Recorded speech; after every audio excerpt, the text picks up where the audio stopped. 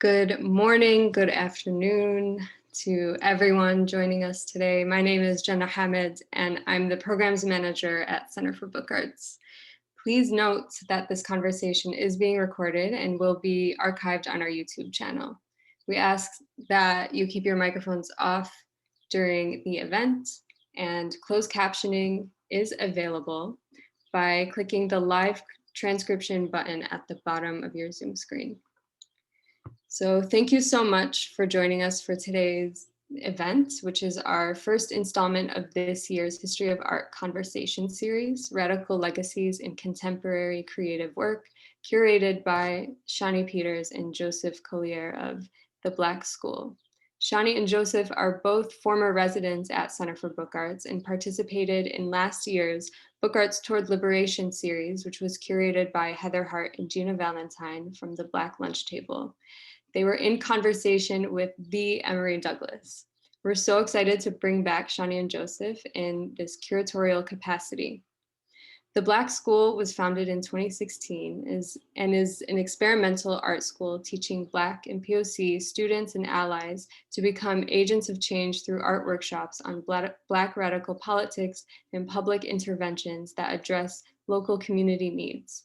With socially engaged artists, designers, and educators working at the intersection of K through 12 and university teaching, art, design, and activism, all of the Black School programming is structured around core principles of Black love, self-determination, and wellness. Since its founding, the Black School has served over 400 students, facilitated over 100 workshops and classes, produced 3 Black Love Fests, and collaborated with more than 40 professional artists, trained and employed 16 design apprentices, and partnered with over 50 organizations. Today's conversation is between Jennifer Williams, Nico Whedon, and Ryan N. Dennis on organizing within and without the art institution. Don't forget to follow the conversation using the hashtag Radical Legacies on Instagram and Twitter to continue this conversation.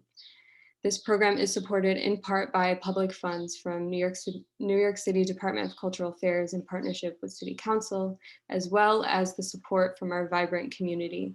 While a donation today is not expected or necessary, it's definitely appreciated. We also hope that you'll join us next week for our first ever virtual benefit, celebrating the connections ignited by the book arts. Sliding scale tickets are available at centerforbookarts.org/benefit21. With that all being said, I now welcome Shani and Joseph, who will introduce the event. Thank you. Thank you, Jenna. Thank you so much. Thank you, everybody, for joining us. We just have a few remarks. Joe's going to read bios, and then we'll get into the things. So again, I want to really thank Jenna Hamed, Devin Manibo, and the Center for Book Arts for inviting us to host this talk series. We're really excited because this has created this opportunity for us to bring together so many brilliant creatives who inspire us.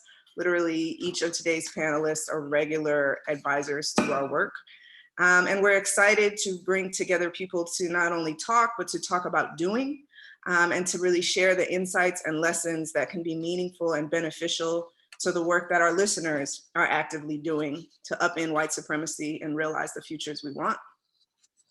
We also want to thank Heather Hart and Gina Valentine, as Jenna already mentioned, of the Black Lunch Table, for setting the wheels in motion for this series to happen. We were so honored to participate in last year's conversation series. It enabled us to meet and dialogue with one of our greatest inspirers, the incredible Emory Douglas, Mr. Minister of the Black Panther Party. That conversation inspires this series, asking our panelists to share the radical legacies that inspire their work, right? So that we can all push forward our work, well-informed and motivated. Last, we want to thank today's panelists, Ryan Dennis, Jennifer Williams, and Nico Whedon.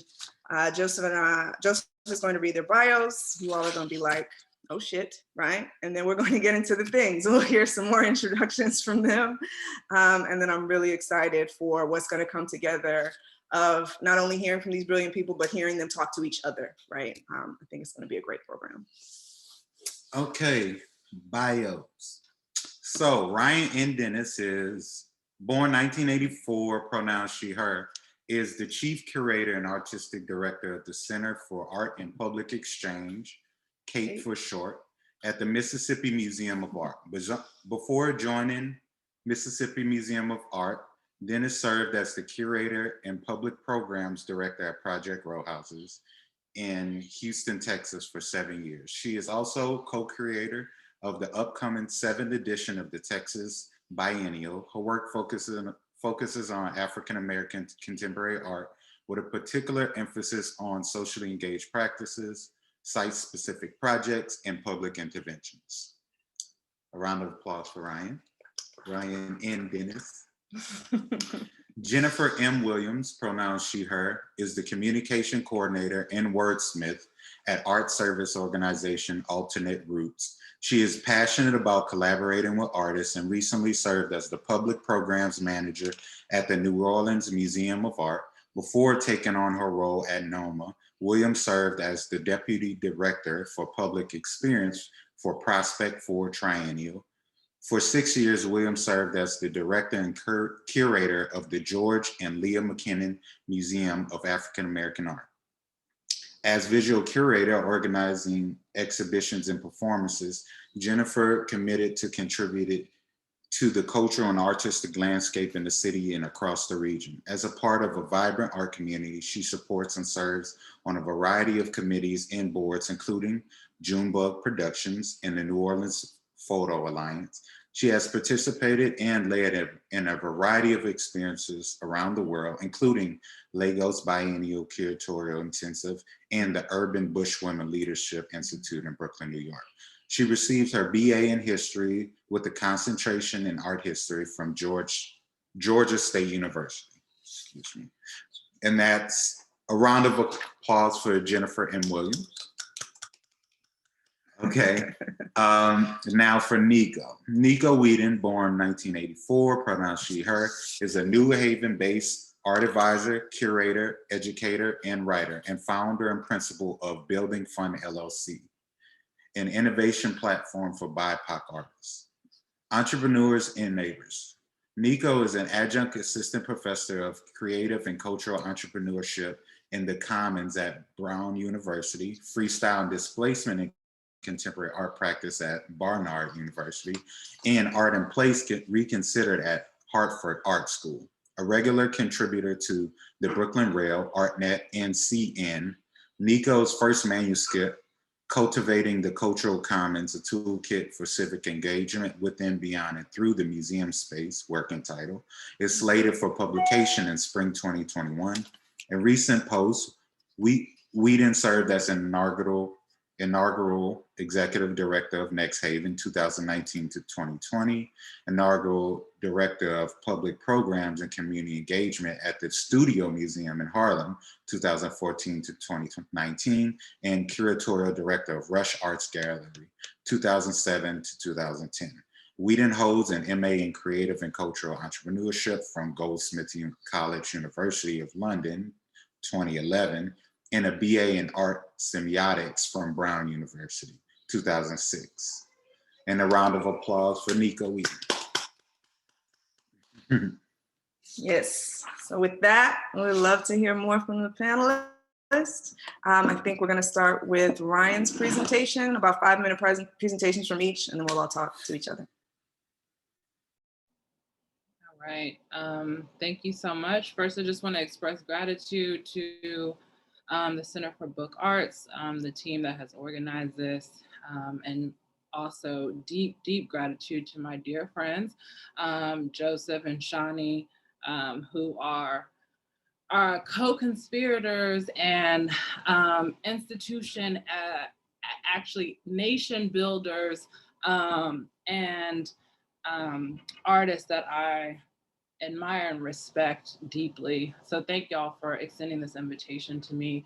And I'm also gratitude to my panelists, Jen, who I recently met, but there's a lot of kind of connections, and my longtime friend, Nico, who we spent many years together in New York at Rush Arts Gallery, which was a very important part of the my trajectory. So I am just thrilled to be in this space with y'all and really look forward to the conversation. So I'm just going to take a moment to share my screen.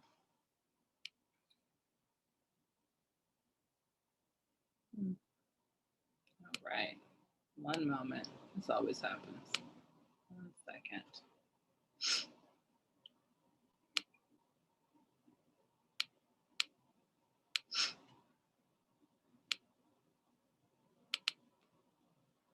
All right, y'all can see that, yes? Okay, cool. So I'm Ryan Dennis. I'm a curator and I'm a writer based in Jackson, Mississippi. I recently moved here about 11 months ago to take on the position as chief curator and artistic director of CAPE at the Mississippi Museum of Art. Just to give a bit of context, so I started my kind of journey into this field by way of being an intern at the Menil Collection and then became the curatorial assistant. One of my many joys about working at the Menil Collection was having an opportunity to learn from artists, specifically artists of color, Black artists. This exhibition for me it's called Lessons from Below, Otobenga Jones and Associates. Otobenga Jones and Associates was a collective that was formed by Jamal Cyrus, Jabari Anderson, Kenya Evans, and Robert Pruitt to, as they've called it, teach the truth to the young Black youth. And so much of their kind of principles rely on the Black Panther Party. This was the first exhibition while I was at the museum that really brought in a diverse set of like audiences, publics that I felt really moved and intrigued and really found that I wanted to move my curatorial work with not separating the kind of public programming and exhibitions, like the way that these artists kind of joined education and exhibition around their work in the museum's collection was really formidable for me. At some point I left Houston. I went to New York to go to graduate school at Pratt. When I moved to New York, I was really serious about trying to learn the ins and outs of multiple, arts organizations, which is where I met Nico at Rush Arts Gallery. I was a fellow at the Laundromat Project, which is where I met Shawnee, and just had a number of myriad of experiences that were really centered on supporting Black artists. It's really interesting how things like kind of work out in retrospect because there was so much intention, but also kind of curiosities and explorations around community-based work, how institutions like a gallery could support, Black artists. And these kind of questions were part of my thinking at the time. I, excuse that note, moved on to the Museum for African Art and was there the kind of traveling exhibitions manager, and I established a residency program with the late VC Silva. This organization, this museum did not have a space to show exhibitions in New York. And so much of my work was about working with other museums to travel exhibitions. But at some point during a kind of capital campaign year, we started thinking about like how we can engage communities in Harlem to exhibit or to engage with the exhibitions that we were working on, because there was a building that was being built on 110 and 5th.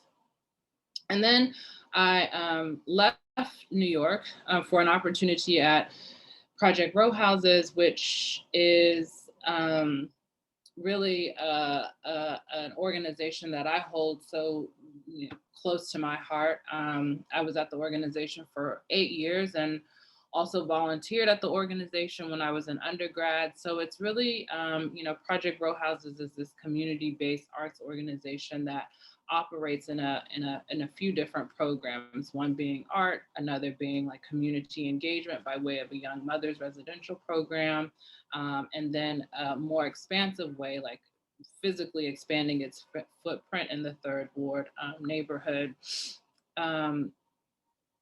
We will get into the conversation about all of these institutions. I'm just trying to give a quick overview.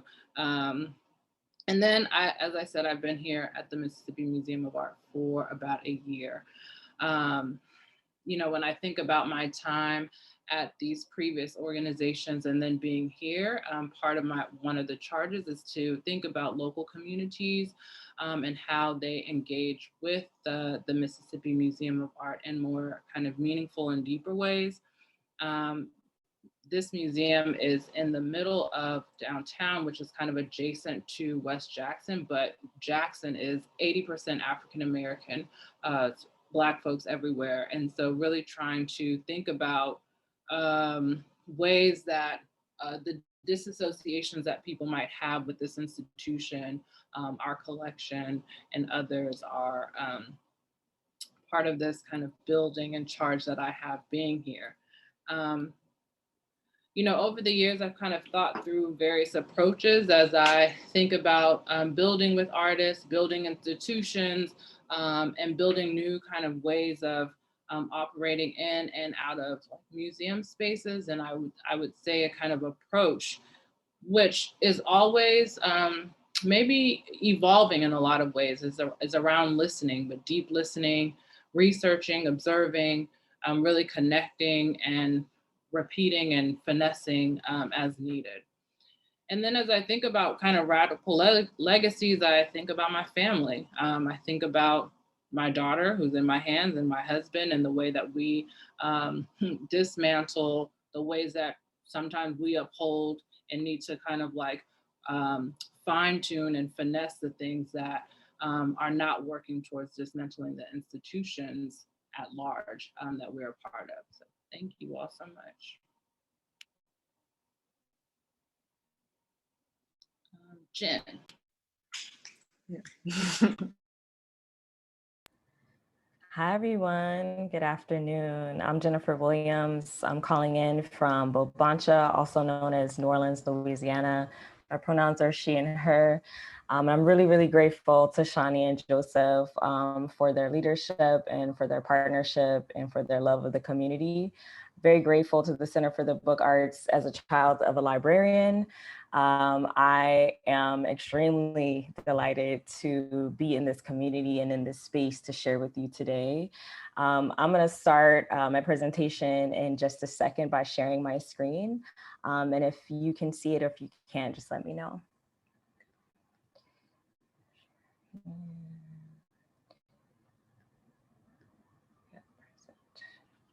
Can everyone see the screen? No. Nope, not yet. Okay, I'm sharing screen now. Can you see it now? Nope. Okay, hold on just a second. This always happens to me too. Okay, so I'll just say share. Here we go. That should be better. You can see it? Great. Thank y'all for your patience. So as I stated before, I'm the child of a librarian, and I was born and raised in Atlanta, Georgia. I've been in New Orleans, Louisiana since 2007. And I wanted to feature the Fulton County Library because it really was a formative space for me and several of the youth in Atlanta growing up. Atlanta has an incredible civil rights history. This space is in the center of downtown, and it was the first place that I was able to really get introduced to authors, artists, activists, performers, and many of the free programs that my father organized at the space.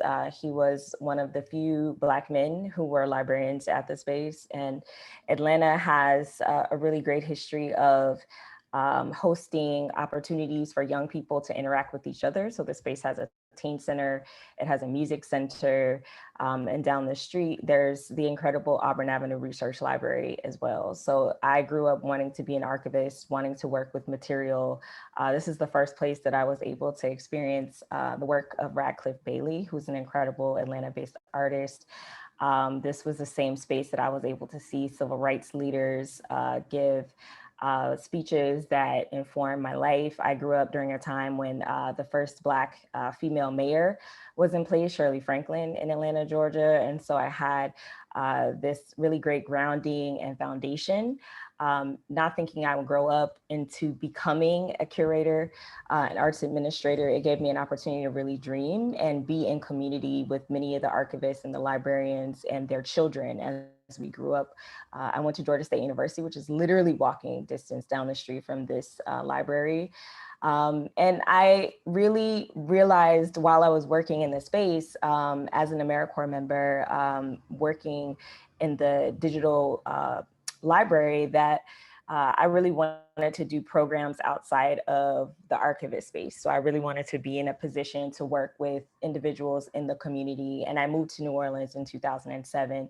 And one of the very first people I met was Vera Warren Williams, who, no relation to me, is the great founder of the Community Book Center, a center that is a gathering space, a place where, once again, authors, activists meet and congregate. It's independently owned and operated by Vera and Mama Jennifer, as she's called.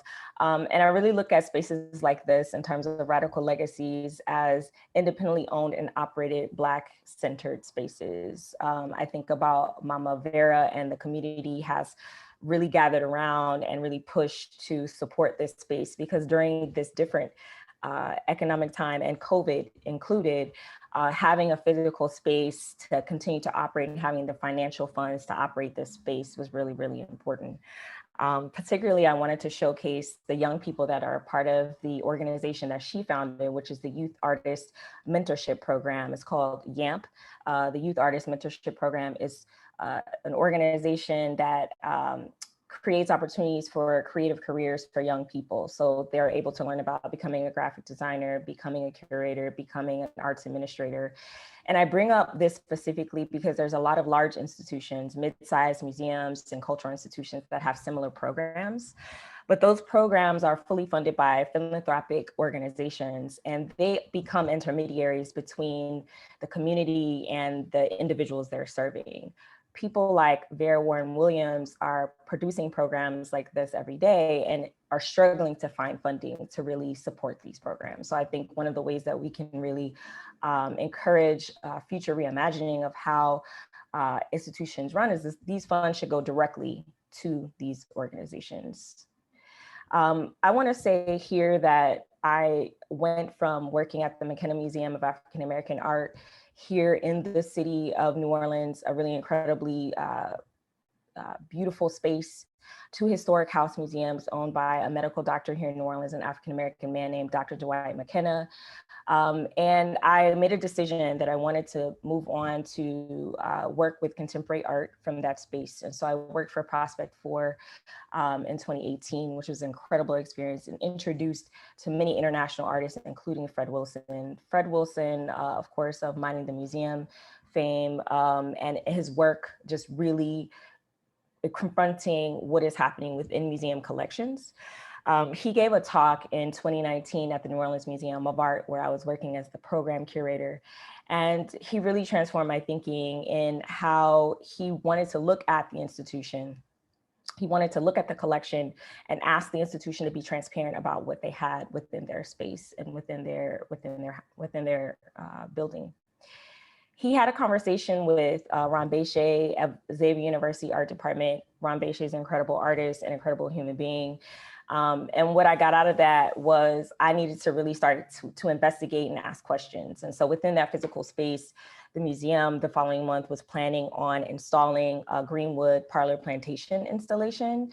And that became really important because to me, it was an interior symbol to white supremacy. In the New Orleans Museum of Art, this physical space really stood out as a confrontation between what Take 'em Down NOLA, a really amazing activist group, was working here to dismantle, which were monuments to Confederate generals and Confederate individuals, and to create this space inside of the museum, I thought was a direct affront to that. This was in December of 2019. And so in talking internally at the museum and externally to other activists, we moved forward and continued to put pressure on the museum to make a different decision. One of the legacies that I was really inspired by are the Black Mexican Indians, particularly Victor Harris of Ayaya, thinking about New Orleans as one of the Blackest cities in the United States of America, known as the northernmost Caribbean city. There are rituals and traditions that continue for hundreds of years, and this is one of those. Also featured here is artist Wellman Shellhorn, who, you know, when you're in this city, you're walking around and you interact with individuals. He's a Prospect 5 artist. He's an incredible gentleman from Homa. And you just feel it's a living museum. There are no walls, there is no space. And so when you have institutions trying to corner that off to a particular space, you know that, you know, this city is busting at the seams, and that's impossible, and that the spirit will always live beyond the walls. I began to participate with a collective of former employees of the New Orleans Museum of Art. We had a conversation after the murder of George Floyd, in which we were very concerned about the museum's response. We knew what our experiences inside of the museum were. We knew what the experiences of many of the artists and culture bearers in the city of New Orleans had been for decades prior. And so we decided to put out an open letter. And we decided to do that because we really wanted to collect experiences from people and archive those experiences so that we could track the changes that would be able to happen in this space or not be able to happen in this space. And we'll talk a little bit about that in the conversation. So we decided to start a social media campaign and organize with other arts workers in the city, putting out memes and having conversations, and mostly organizing over Zoom and text and video chat because we were all in quarantine. And that was an opportunity for us to really share the experiences of young people, of older people, of Black people, of LGBTQ individuals within the space that had experienced this.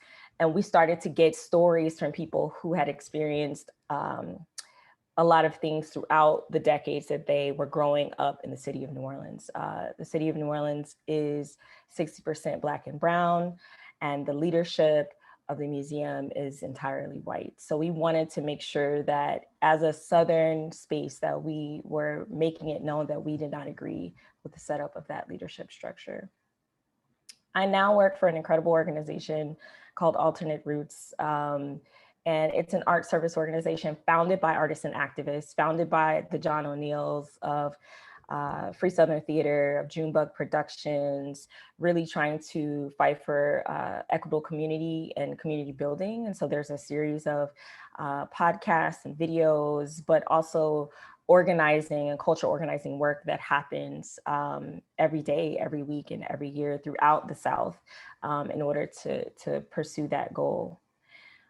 And thank you so much again for having me. I'm grateful to the other panelists and also for everyone for taking your time to be here today.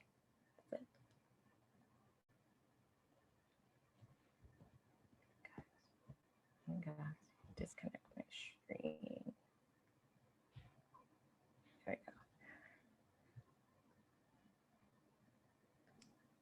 we go. I'm up, right? Yeah. Yep. Okay. Let me get my tech right. One sec.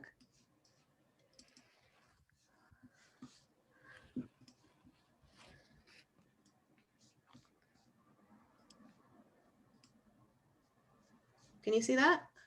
Yeah. All right. Let me just try and get it full screen. Is that full screen? Yeah. Yes, looks great. Okay, cool. Thank you, Black School. Thank you, Center for Book Arts. Thank you, friends that are in the Zoom. Thank you, Ryan and Jen. This is like all love, and I'm so excited to be here with everybody. So my name is Nico. I, like you said, am an independent art advisor, curator, educator, and writer, among a couple other titles that I'm trying to like navigate and juggle authentically.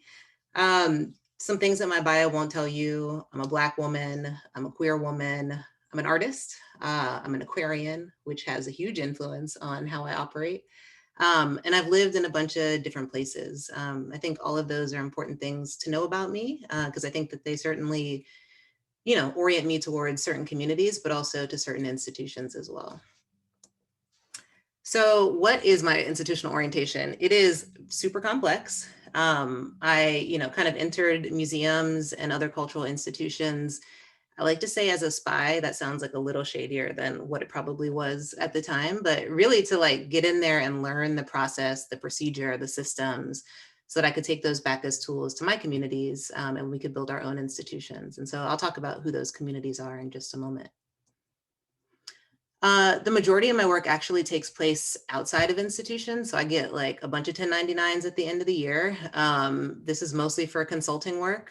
So, going inside and advising institutions on strategy, curatorial guidance, how to allocate money is like my new kind of orientation and focus, which is like, you got it, are you putting it in the right place? And so I've found that juggling, inside and outside is a thing that really works for me in my practice. Where do I build community? This is like, if you're looking for me, if I'm lost, this is where you'll find me. I will be in an artist founded space. I will be in a Black space. I love living on a Black planet. I love mission driven spaces. My preference is to be around people that are all working towards something, and that thing is clearly articulated and in response to a need. I love people powered spaces. So, thinking about ways in which we can constantly flatten hierarchy, and really have organizations that are run for and by the people. And women led, women run spaces. It's what I know. It is certainly a preference, and I would love to see more of these spaces pop up in our ecosystem. So because I work both inside and outside of institutions, I just thought I'd share very quickly my values. I think, this is what kind of orients me towards certain institutions. And if these things are not present, I probably am also not present. And so you'll see an overlap between my kind of professional and my personal in community, integrity, and love. Those are the main motivators of every single thing that I touch, every single community that I identify with. And I just think it's a really important thing for me to say, especially in this moment of being an independent who kind of is popping up in a lot of different places. You should know that these are the kind of compass that has guided me there. Okay, so inside work. Most of my career has been spent inside the Studio Museum in Harlem. I got my start there in 2006 as an intern turned curatorial assistant. Did a whole tour around the world, which included, finding Ryan and Shawnee and Joseph at Rush Arts Gallery, getting a degree in London, and then coming right back to the museum in 2014. This is the mission of that organization. If you don't know it, find it, have it move you in the way that it's moved me. It's an evolving organization, certainly. But I think that the most exciting work that I was part of there,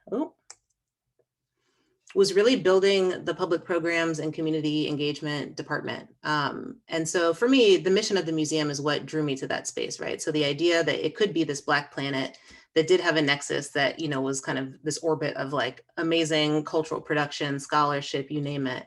But that dynamism was literally written into the mission, right? So the ideas of art and society coming together in important ways.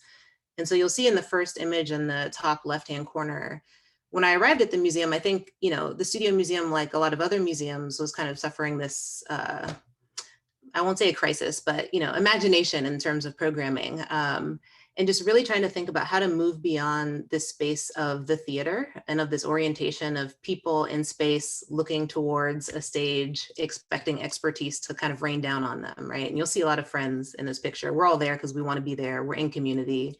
But the dynamism certainly is lacking, right? And so part of what my team and I really tried to do during our 5 years together was almost like lock this room up and just keep it locked unless we needed the screen. And so really beginning to activate spaces beyond the theater. So the top right, you'll see a program DAP line that we did in the museum's atrium. And as you can see from the kind of shadow play in the corner, the street is literally right there. The hope is that anyone walking by, even people that don't know if it's a museum or not, will find their way into the space if they see themselves represented, if they see activity that they want to be a part of, and that by doing that, we can in turn expand the community that the museum serves. This same program, we tried to weave it through the galleries. So there's this amazing Elizabeth Catlett piece and a community of like 200 people surrounding it. Shani and Joseph are up there on the mezzanine. I don't know if you could see them. Yeah, that's you. And what I loved about this is like, I'm so used to being in a theater with like a really shitty reproduction of work that's literally 200 feet away. And so collapsing that distance between the work and, the ways that the work inspires community just felt like a natural way to be dynamic and to activate community through the museum. And then the program ultimately returned right back to the same theater you see in the top left, but the difference is that, the space is kind of architecturally like dismantled, right? So instead of having experts on the stage, the performers are in the center of the room, and we've reoriented the chairs in such a way that, everyone is kind of participating and essential to the value of the work. In Harlem was another initiative that I was a part of while at the Studio Museum. My colleague, Hallie Ringel, who's in here somewhere, was also a really instrumental part of this. And this was really an opportunity for the museum to, amidst a building project, just kind of renegotiate what its Harlem citizenship looked like and meant, right? And so working through public art projects in local libraries, local parks, community centers, schools, in doing this all through the lens of really wanting to better learn the ecosystem of Harlem in which the museum was situated. And so really kind of central to our ability to do this work was the Community Advisory Network, which my team established in 2015. And this is a group of local artists, local business owners, congregants, all sorts of folks, people that had a vested interest in Harlem as a place to really live and work. And, the kind of vision for this group was that we come together, we discuss ideas in progress. We don't discuss, definitive projects that are already out and moving around in the world. And so really inviting a dialogue and a conversation that could actually change the direction of the work, right? I think that to me was the most important piece, in addition to just being a good neighbor, right? I think this is a way in which we learn to show up, not as the driver of the conversation, but as someone who can learn and listen from work that pre-exists.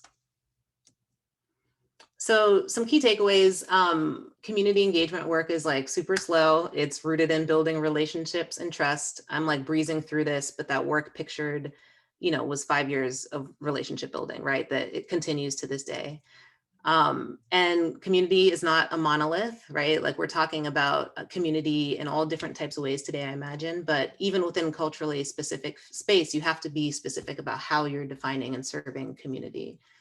And also that the work of kind of shifting entrenched practices is super slow work, right? And so thinking about all the ways that in Harlem really ask the museum to kind of come together and reimagine its work as a collective body and force, and that just takes time.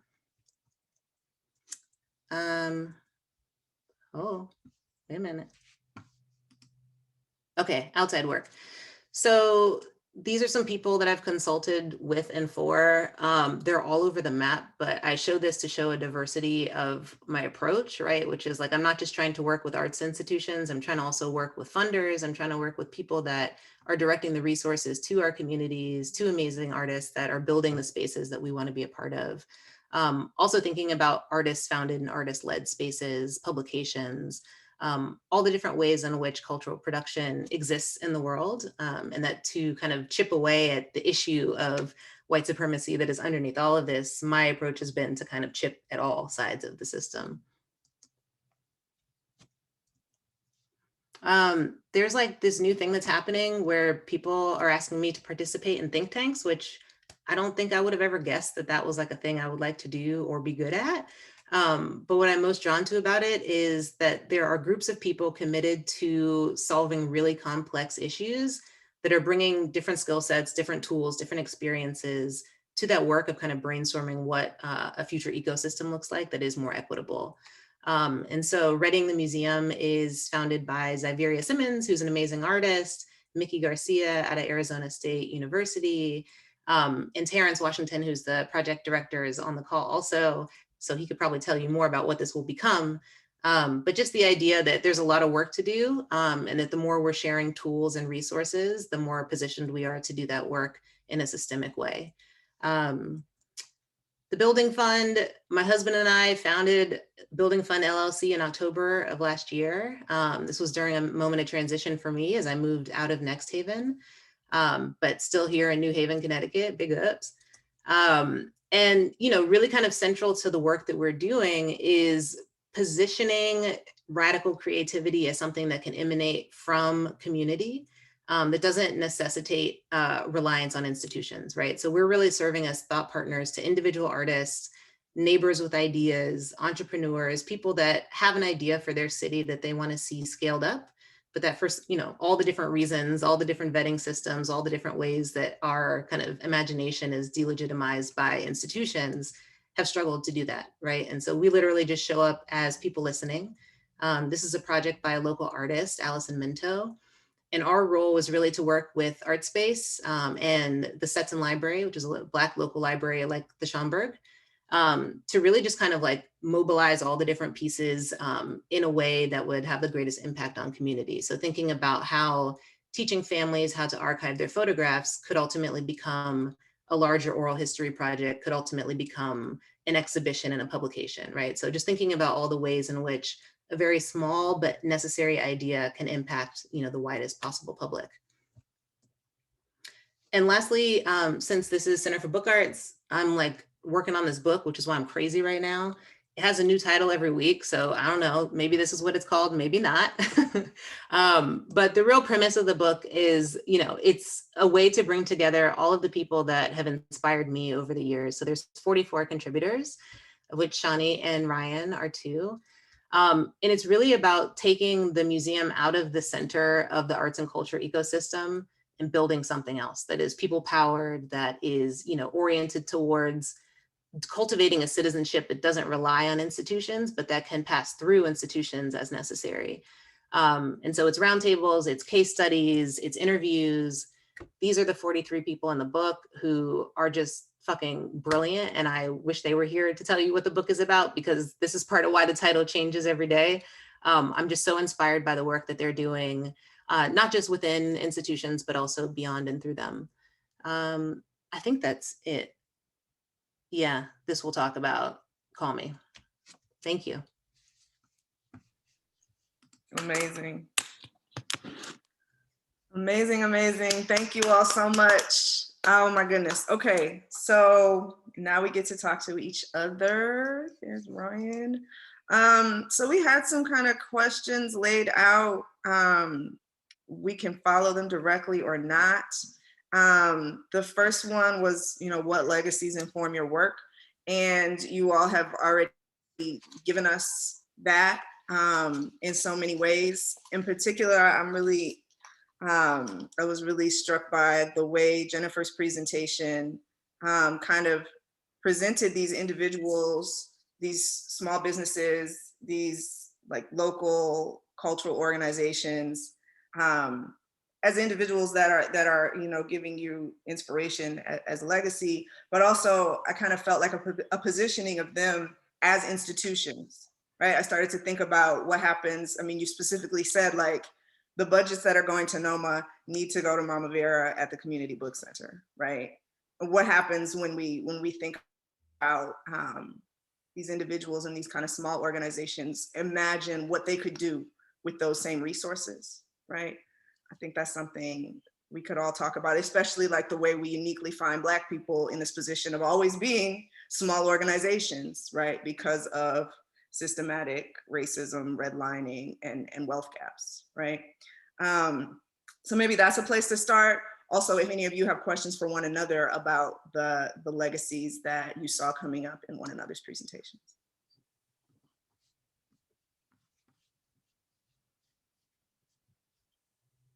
Yeah, I mean, I do really love, Jen, how you laid that out, and I definitely think, you know, sometimes like the philanthropic world does more harm for our institutions than at times good, only because, you know, the way that we imagine or think about institutions sharing, sharing out resources to Black artists, BIPOC artists, artists that are, deemed as like on the margins, but very centered for all the work that we do. It can often feel like the money is not going in the right places, right? And so, I mean, I again, looking at Shani and Joseph, I mean, they've been at the work that they have been doing for years. And I think it's fantastic that, there is support from philanthropic institutions and entities. But like that also could have happened, 5 years ago versus, where we are now, only because of the demonstration of the work is real, right? And it's actually really pointed and framed in all of these things. And so, I definitely think that is one way to, I don't know, it's like a conversation, how to have more conversations with these entities that can, funnel funds in a different way. As Nico said, though, this is also like, that's a slow moving, but I do think we have to, in thinking of reimagining, consider that that's completely feasible and like on the horizon, right, for us. I totally feel that. I'm grateful that, Nico, that you're in those spaces, and that's what we need. I think about the executive director of the organization I work for, Michelle Ramos. She's also in those spaces advocating. And so what happens when we shift the idea, as some of that is happening in the last couple of years, that the money has to go to a particularly predominantly white institution that then pays a smaller institution $1,000 and uses their name for the next 10 years as a showcase of the diversity of their programming. I see it moving in a positive direction, but as Nico and Ryan shared, like it takes a long time. And I think that we also have to talk about building our own. And that's what I greatly admire about Shani and Joseph, is that, I saw you all give a talk with Brian Lee and talking about the architecture of freedom and liberation. And it transformed my thoughts on what we can create together that bypasses that lane altogether. Yeah.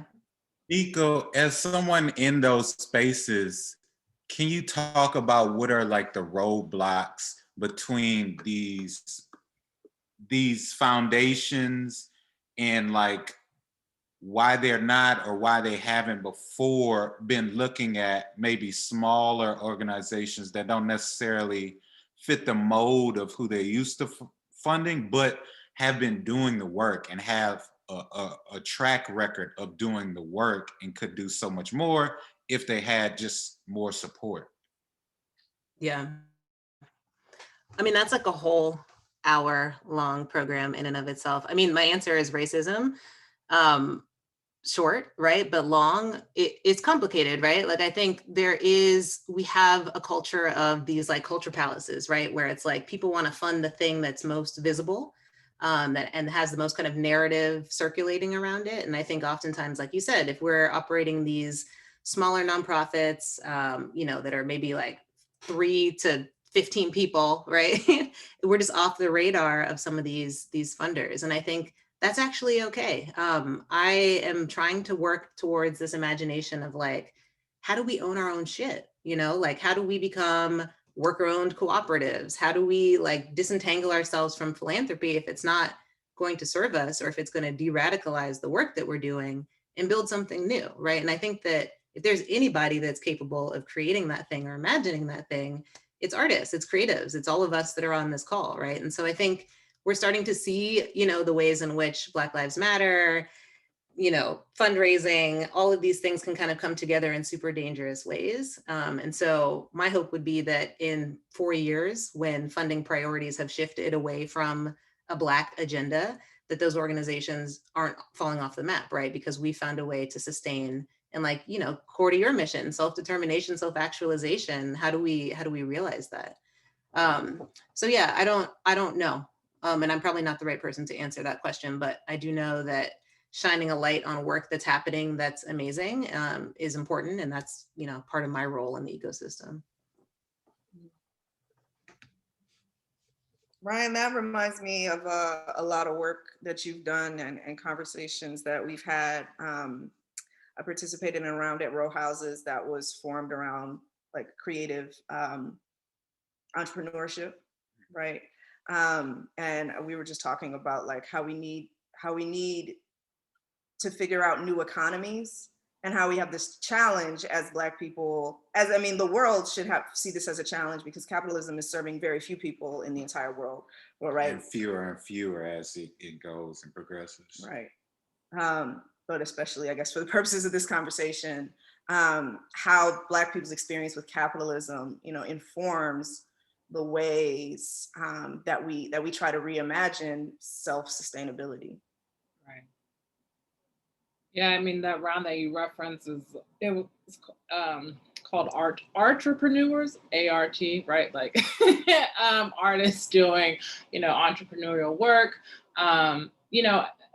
So much of like we have in this country examples of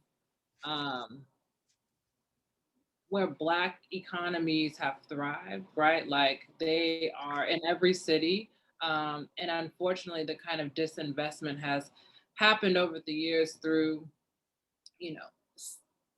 lack of kind of city support, but also how we show up for those Black businesses, right? And so I think, there was part of the work at Project Row Houses was thinking about, if we need, it's almost like small things that can be done too, right? How to have a kind of preferred catering list that is Black owned business or BIPOC businesses, like, how to putting these kind of lists together and making some commitments for the way that your, institution or not, purchases, I think are really important ways to go about supporting businesses of color as a kind of like an ongoing sustainable track.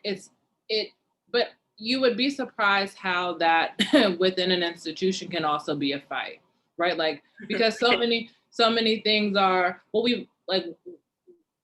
we've done it this way for such a long period of time and et cetera, et cetera. But if we are in fact, if statements are being made from institutions, museums and otherwise that, you do in fact want to have a different type of engagement with the community that you are centered on or whatever, how you name the community, then how do we do business with that community? How, you know what I mean? Like these are, I'm sure Jen and Nico, y'all have probably experienced this in various capacities, but I do think those are like small victories that really amount to kind of like a larger impact for the business and for, your association of like ongoing support. Yeah. And those businesses are models that other people can follow in terms of Right. starting their own business. And so young people and others can really learn how to function and run. And that's the side that we aren't shared and people don't share with us in school. I mean, my background is in history and art history. And no one said, how do you run your LLC if you want to become a consultant? That's something I had to learn working with other Black entrepreneurs. So I feel like that's something that can be facilitated from our institutions as well. So as we're running and we're working, these lists that you're talking about, I think about like Shop Black that's ran by like Chantrell Lewis and her husband, knowing a global network of places I can go can make it very specific for me that I can support these institutions no matter where I am in the world. Yeah. And also, this is just a very small thing to add on, but I think it's like stepping into our power to determine the value of our work, right? So whatever it is within the ecosystem, if it's, that you're the caterer that's serving, all of these museums for these different functions, right? It's like, how do we collectively assert that the work that we do is valuable so that when people from outside come and say, we want to hire you, but we only have $15, we as a group of people can be like, we don't work for $15. The work is more valuable than $15. And I think, you know, for me, that's the other issue kind of within the nonprofit complex, is that so often the work is just undervalued by default, that we don't even have a sense for ourselves of like the value of what we're doing, let alone, you know, how to market it or how to put it in the world in a way that would allow it to grow. So yeah, that's, I don't know what that is, but more work.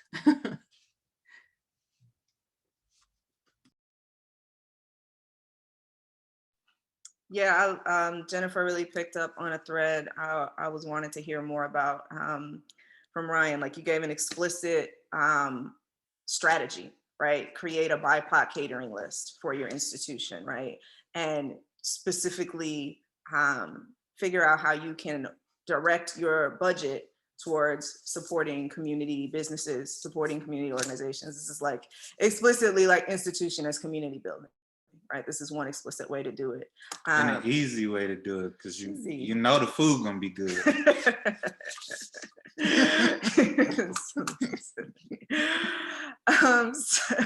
So yeah, and then Jen also kind of talked about you know, not knowing certain things as a college student, right? Especially in this art industry, is so opaque, right? It's so opaque. The film that just came out that Nico helped create the curriculum for, right? Black Art in the Absence of Light. I came away from that film feeling like this is like 5 years of me navigating the New York art world in this one film, right? Like, it took me 5 years to figure out what I was able to take away from that film, because it's just so opaque. So there are things that are happening that are making things more transparent and accessible. But I would love it if you all could each kind of share one or two really concrete approaches that you found in the institutions that you've worked at that other people can take away, and we can create a toolkit that we can move forward with. That's a new question. Ryan already shared one.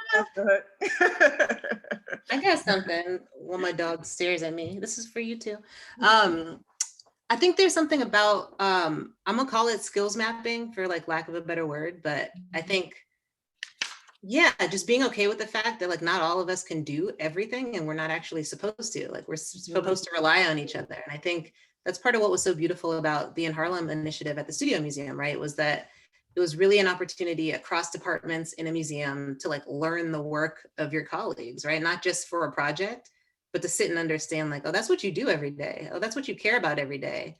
That's great. Because now when I start thinking about these things, I know who to call, and I can kind of imagine what that conversation might look like. I think there's a lot of, I don't know what it is, but I think that we are scared to ask questions of each other that might expose that we don't know something. But I think the not knowing something is actually what brings us into alignment and moves the work forward. So skills mapping, I don't know, and listening to each other. Mm-hmm. It definitely deals with transparency. Yeah, I feel like that's what I've gotten out of Alternate Roots. I've only been there for about a year, and that's a constant process week to week. And there's a cultural organizing director, her name is Wendy Schinnefeld, and she talks about moving from art administration and curatorial work to cultural organizing, and having that skill. That's not something that you are born into. That's something that is a part of your political education and a lifelong learning. And thinking about like radical legacies, like the first person who introduced me to Emory Douglas, the first person who took me to brunch with John O'Neill, and then that led to 15 years later being on the Junebugs board. So it's like that mentorship, that skill sharing and mentorship that has led all of us where we are, whatever capacity we kind of came to it at. And I think about what Joseph was saying about like food sharing and community, like there's no space here, you know, a meeting without food is an email is the saying, right? Like you have to create an environment where you're building this trust over time and individuals are learning from each other. And then that leads to cultural organizing. Because when I think about the work of Dismantle NOMA, for example, most of the individuals that come to us with questions are young people who are curious about how they can build their own institutions and how they can enter institutions in the future, or if they should at all. I'm just writing down that a meeting without food is an email. That sounds like something I need to really internalize here in the city of New Orleans, Louisiana. Yeah, I think as artists and creatives and people who make things, we may take it for granted that, you know, not everybody is like, how did you make that? Or how do you do this? You know, because we are always tinkering and finding new ways. And like a lot of us are like happy to be like, oh, I put this together, I create this new process that's inspiring me, you know, giving me life to make new work. But I'm happy y'all are bringing that to the forefront as like, just ask, like, what do you do? How do you do it? And that can lead down like a fruitful kind of new ecosystem, new pathway. Creating a culture where that's okay, where that's welcomed and not like seen as, you know, something to be suspicious of. Can I just add, I mean, I think in terms of like, I don't know how tangible it is, but, you know, like make commitments, like commitments to yourself, commitments to how you are going to, you know, engage with the institutions that you work with or for, you know, like what is it that who and what are you bringing to these spaces, and how do you offer investments in them for the time that you are there, but also in ways that maybe are really generative and sustainable for the institution that you're a part of. I mean, sometimes the latter doesn't always happen, but I do think, you know, it's the example here is like, you know, I met Shani years ago, and I'm like, you know, I've carried you with me, and we've carried each other through, you know, various institutions, etc. But like, that's my commitment to the artists that I work with, and the relationships that have been established, you know, over the years based off of like the work that you are doing, right? And so you found it. Thank you. Did she go to a Black business? I just did. Napkins in the bag, because we're gonna need it. Yeah, but I mean, I think that's really important. The commitments that we make, and the artists that we support, and has to kind of, I think, be a real intentional part of the work that we do and how we do it with the institutions that we're supported or, you know, affiliated with. And that's also how we like resist this sway we've talked about, right? We're in the middle of another revival of the Black Lives Matter movement, but we've already seen it be forgotten in arts institutions since 2015, right? So there are these trends, right? But if you hold these commitments to yourself, then you don't waver with the trends of the time, of the institution. And then it also makes me think about Nico, like creating a community advisory network at the Studio Museum. You almost kind of assume that, and maybe it existed like in a more informal way, but when those structures are created formally, then they're there even after you're not at the institution anymore, right? And they can continue.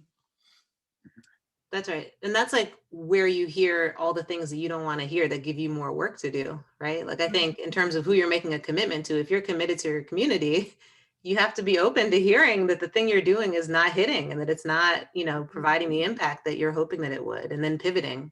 And I think that's where institutions struggle, right? Because with like a 3-year planning window, it's like, well, we can't not do that because, you know, we've been planning it for 3 years, and it's like, so what? It's no longer relevant. You just have to pivot.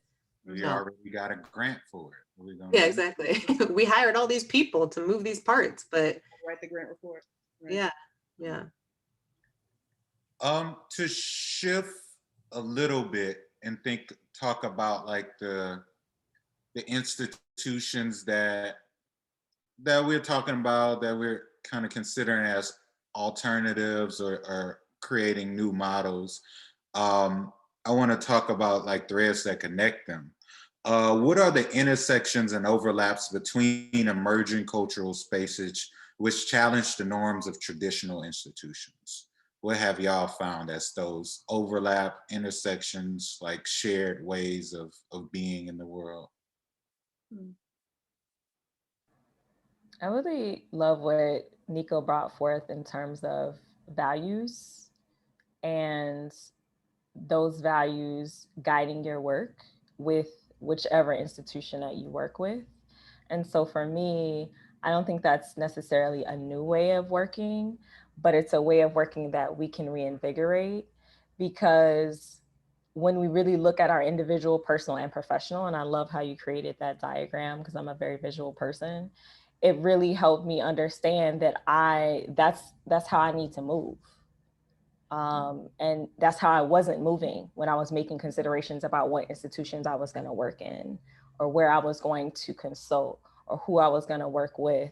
And so for me, I think a lot of our elders have that inherently and have taught us that. And now we're able to visualize that with the artists that we're working with, and creating spaces that we can really work with and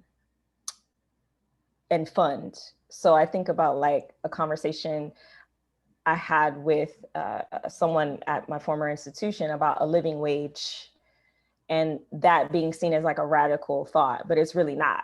That people have to pay their rent and they have to eat and they have to live, and that should be a value that we're bringing to the institution from our own personal and professional values. That's right. And I should just say, like, I haven't been carrying, oh, sorry.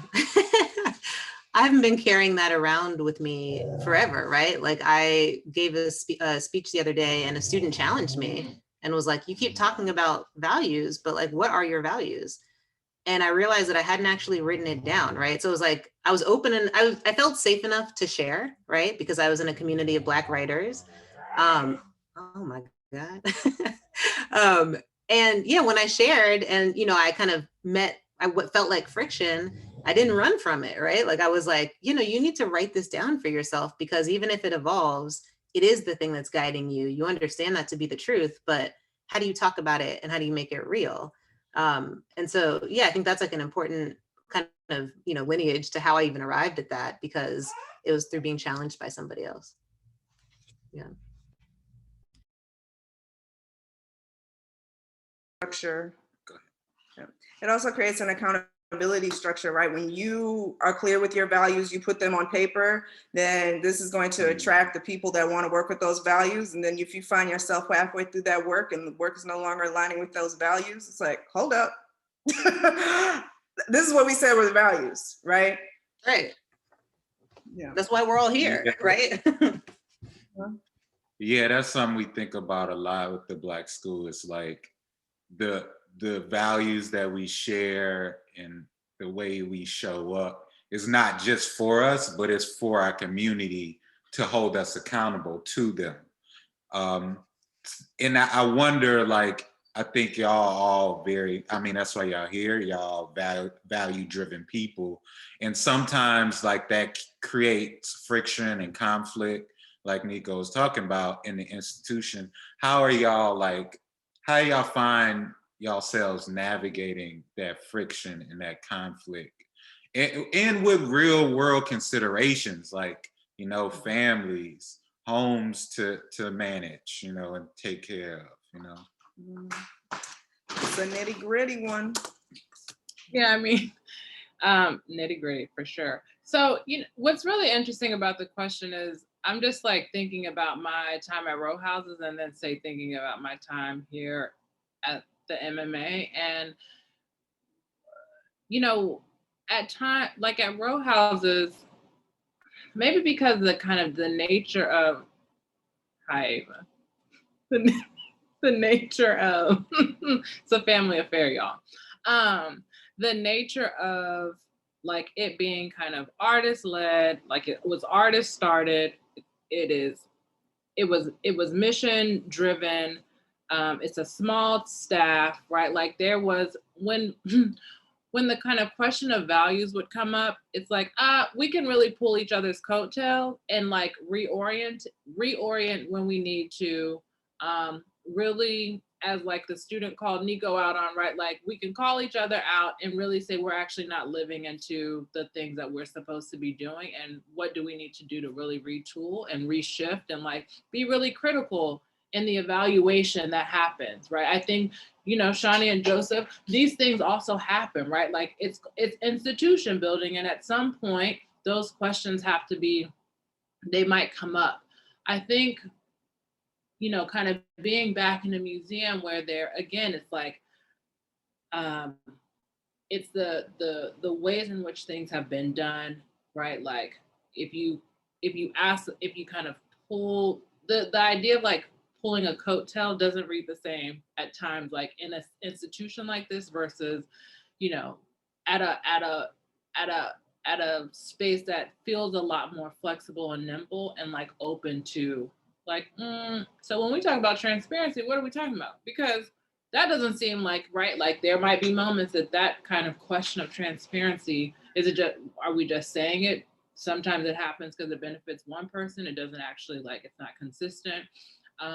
You know, there are challenging moments being back in a museum, especially now, because it's also so loaded, right? Like it comes with all of the things because of these DEI initiatives, and like you kind of have to, like, people are trying to be politically correct. I'm sorry, diversity, equity, and inclusion. Thank you. You know, I think people are really trying, but when it comes out that, you know, there's something to talk through, sometimes it just feels like the doors kind of close, like, you pushed it too far, right? I mean, like, and so, I mean, I think in the idea of reimagining institutional work, like we have to be able to have some really hard conversations, truly. And that happens from the bottom to the top and the top to the bottom and on the side. But I also like Nico, right? Like the kind of hierarchy, the kind of systems that we operate, I think, within these museums are the biggest challenges, is the kind of like collapse of power, right? The institutional goings on that have happened for decades upon decades upon decades. I'll stop there. I just want to tack on to that, because I think like everything you just said is literally the exact reason that book that I shared at the end of the presentation is like being written, right? It's a document in the world of people doing things differently that you could point to as permission to just keep doing what you're doing, right? Not that you need it, but other people, in the way that the hierarchies persist. You know, sometimes I feel like sometimes you just need a resource to be like, here's some proof that doing things the way you've always done them is not going to get you anywhere. You know, like here's a thing that is just some permission to go do it the way that you think it needs to be done, and to really lead through your expertise, right? And so, yeah, I think that friction is good. Like when I feel it, I know something's changing. For sure, like in the beginning of my career, it was the worst feeling ever because I was new. Other departments existed, you know, for like centuries longer than mine.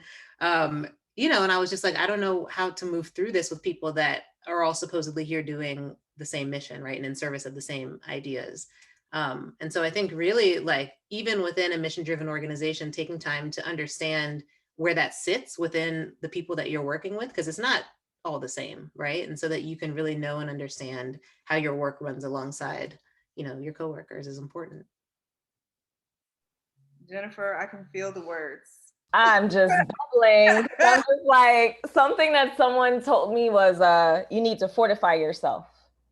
And there's a great curator of the collection at Spelman, Ann Collins Smith, who teaches a class for the Atlanta University collective that's training young curators around rules of engagement, preparing to enter into these spaces. And I wish 20 years ago, I had that course, or I was in that environment, in that community, where I could have those conversations and fortify myself. And so for me, when I was sitting in the institution, in my office, in a closed door meeting, with my colleague, we had a conversation and I said, I think I can do more outside of this institution than I can do inside of this institution.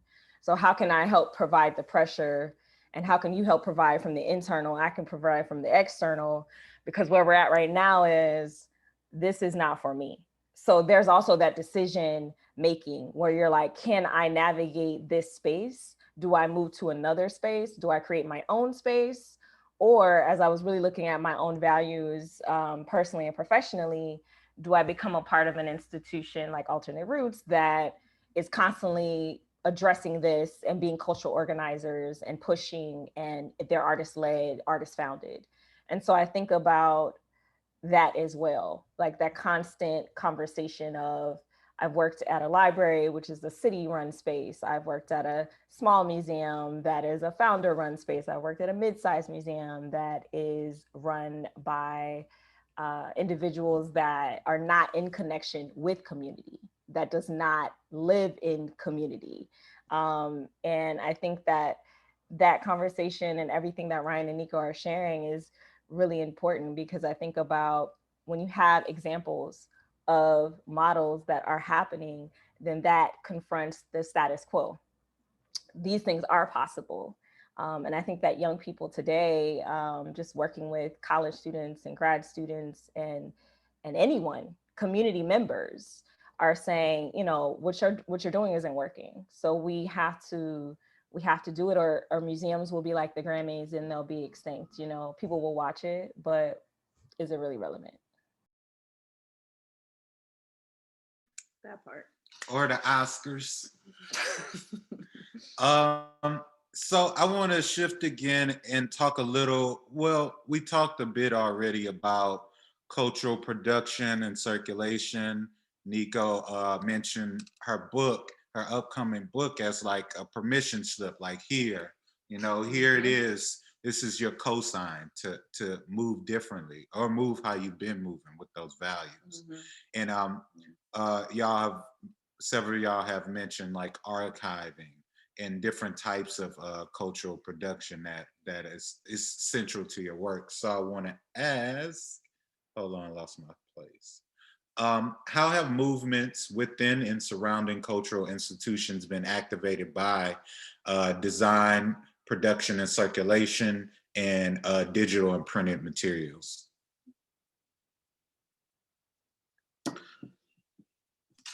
Or to put it a little bit more simply, how is cultural production and circulation and distribution pushing these conversations forward, or how have y'all seen it? Yeah, I have like two kind of answers, so bear with me. One feels like the work of artists, like the work that actually animates these institutions and brings them to life, especially museums. I think of that as like carrying the weight and the energy and the excitement of everything that we're talking about. And it's an institution's responsibility to support that work, to support its maker, and to support a holistic discussion around that work. And I think of it as ephemeral in relation to the institution, right? So if they're not collecting it and it moves on somewhere else, there is a time window for how they kind of engage the ideas in that work. And then I also just think about, you know, writing and criticism, like what it means to, as people with a voice, you know, put our thoughts on paper and circulate that broadly, and what kind of responsibility we have to building and expanding scholarship. A big thing that I'm thinking about is like, how do you acknowledge and write about people while they're still on earth to be a part of the dialogue? So not waiting until, you know, people have passed away to do a retrospective and produce a publication, but like, how do you literally do it while they're walking around on the earth and can participate and, you know, challenge the narrative that you're inserting into our history? So those feel like the two ways I would answer the question today, but I'm sure it will probably evolve. Yeah, I mean, I've just been thinking a lot about like documenting. It's kind of, as Nico said, like folks who are still living with us and not being, you know, not waiting until, you know, someone becomes unable to share their stories with us. Like, so me as a liaison to an artist, I almost have like a list of folks who have actually passed in the last 2 years, who I wanted to kind of be in collaboration with for some form of writing about their work that spans back to, say, the 60s or the 70s, And I think what's more pressing now than ever is like, I don't think that sometimes maybe what gets in the way is just time in general, of course, right? Like I'm a mother, I'm a wife, I have a number of projects that happen inside of this museum that I'm with, but also outside. And so like, where's the time gonna come from? I'm not too sure. But I do think, how can we have more, like smaller publications, things that just can be a bit more, not as, I don't know, like not the hardcover book. What might the soft cover book with multiple pamphlets look like, right? Like within them. And so I think, the archive for oneself, but also for the communities that we exist in, are so important in the building blocks, but also it goes back to like, who are other folks doing this work and how can we then collaborate with them to, put this kind of documentation out in the world for artists, for creatives, for writers, for ourselves, and for the institutions that we're in or not in. I mean, I'm just thinking too, like, again, everything kind of is like going back to Shawnee and Joseph, but I think it has to in some ways, right? Because the question is like, how are y'all documenting this work in your time, now, so that we can actually, this is nation building. And so how can we tell this story, in 20 years and not be frustrated by the materials that we don't have, right? I mean, I put a book together for Project Row Houses, and I mean, that organization was it started as a grassroots organization. And I mean, when I tell you like the kind of disparate information and then like kind of where almost like speculative moments have to happen and be inserted into the book is just because folks don't know where things are. Documentation is on a phone, on a film, it's everywhere. And so I just think it's about it's all of that.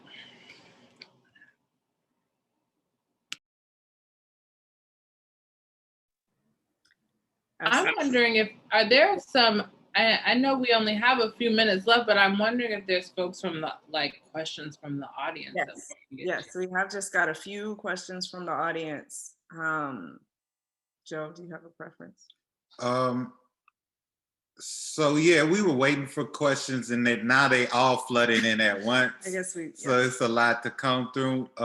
One of the first ones that came up is from Emma Oscore from Black Space. Hey. What are your tricks and tips to explaining